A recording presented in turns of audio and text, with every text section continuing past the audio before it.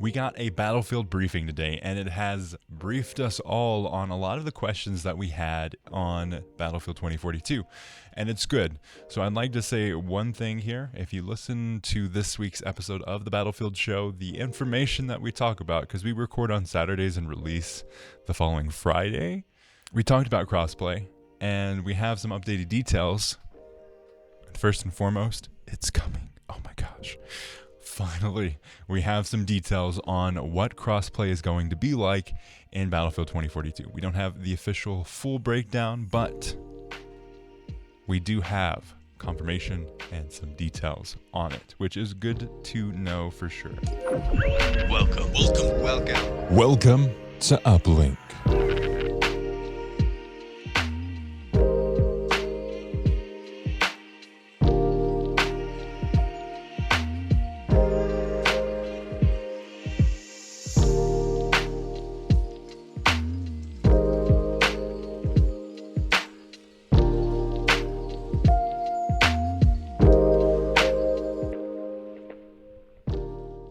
They tried to hide it from us too. Way down towards the bottom, we have the technical play test.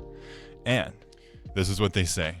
One of your most frequently asked questions is about crossplay. We can confirm it's a function we're looking to build and test for in Battlefield 2042. To accommodate that, we've made the decision to move the technical play test to later this summer, so we'll have the opportunity to test the crossplay functionality. This means a few thousand participants will join us to help us test some of our new features and functionality that we're building from the ground up for Battlefield 2042. Do keep in mind that the technical playtest is purposefully not intended to be the full experience you will see in the open beta or at launch.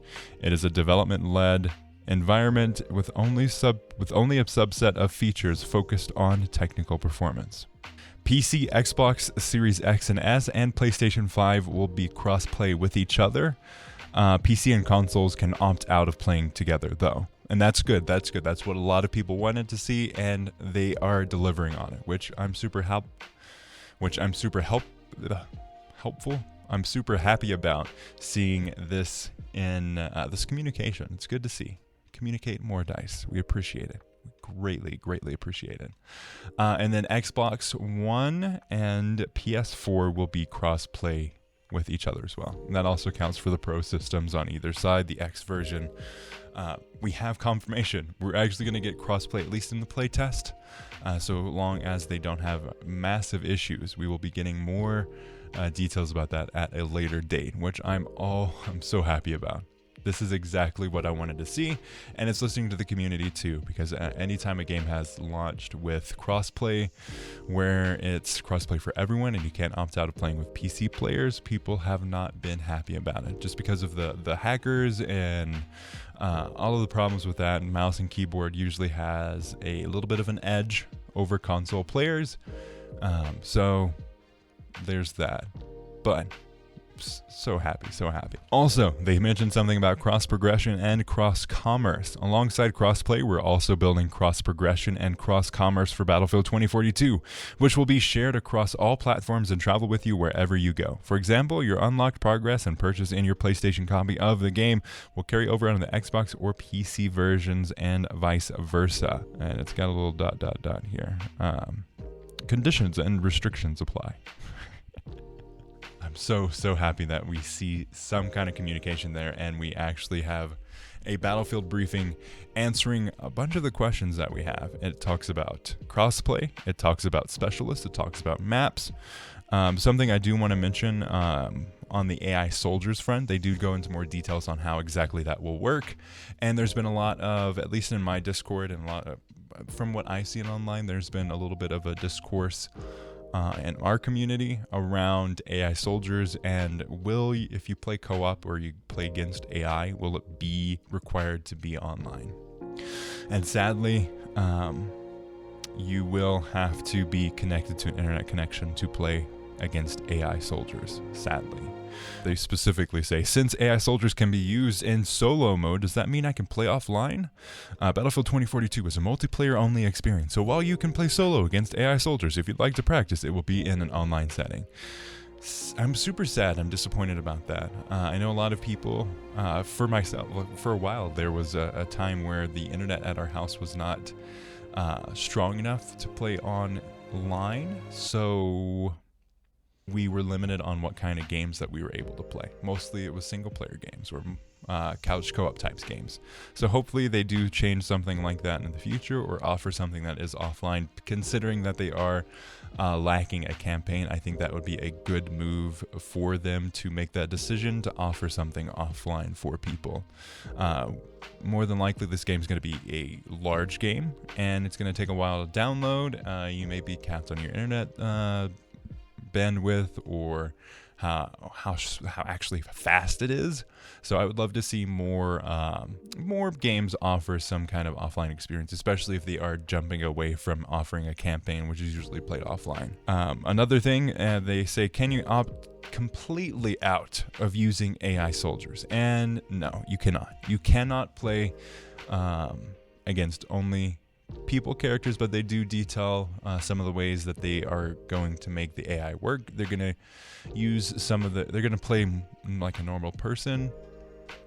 Again, Battlefront 2 did AI soldiers with supremacy, and while it is one of the best, if not the best AI soldier bots, whatever you want to call it, in a video game, it's still very lacking. So hopefully they do get improved, but you cannot turn them off to play, sadly. And I know a lot of people will be disappointed about that, but it's understandable. They want to offer it as a thing, just as a quality of life thing down the road. It is a shame that they don't give you the option to do that, because I think they know too. Most people would say, hey, no, I don't want to play against AI soldiers. Get me away from these bots. That's exactly what people will do. If you give them the option, they will definitely turn them off.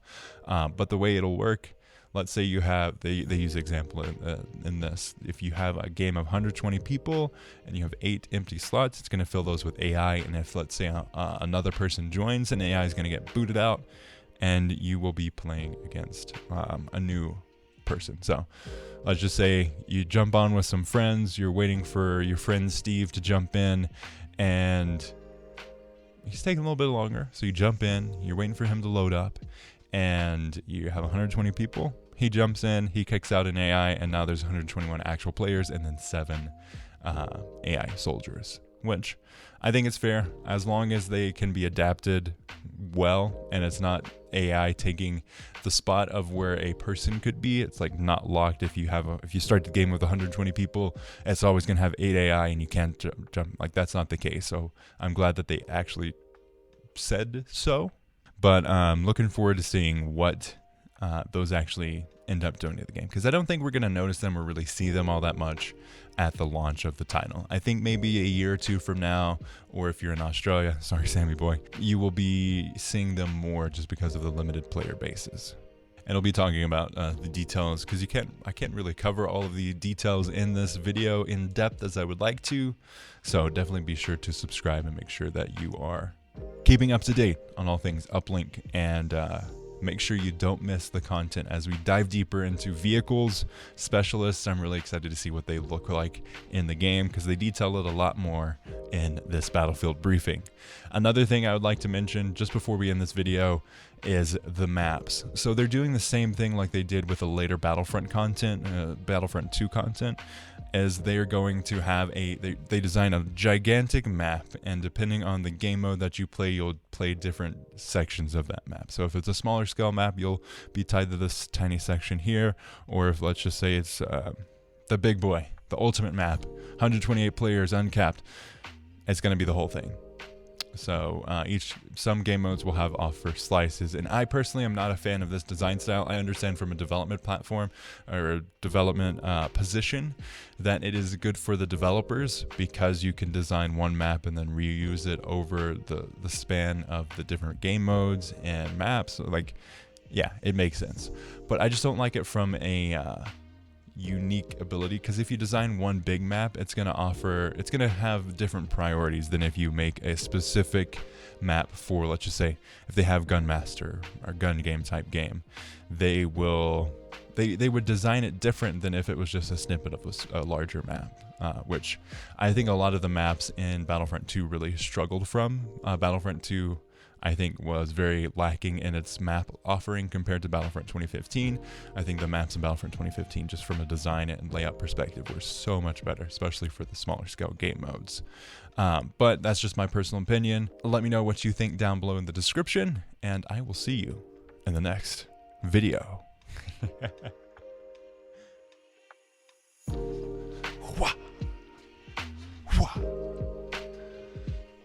This chair is very loud. Okay. Battlefield gave us a ton of questions for a lot of our answers, and we have details on crossplay. So, let's jump right into it. Talk about it. Jump right into things.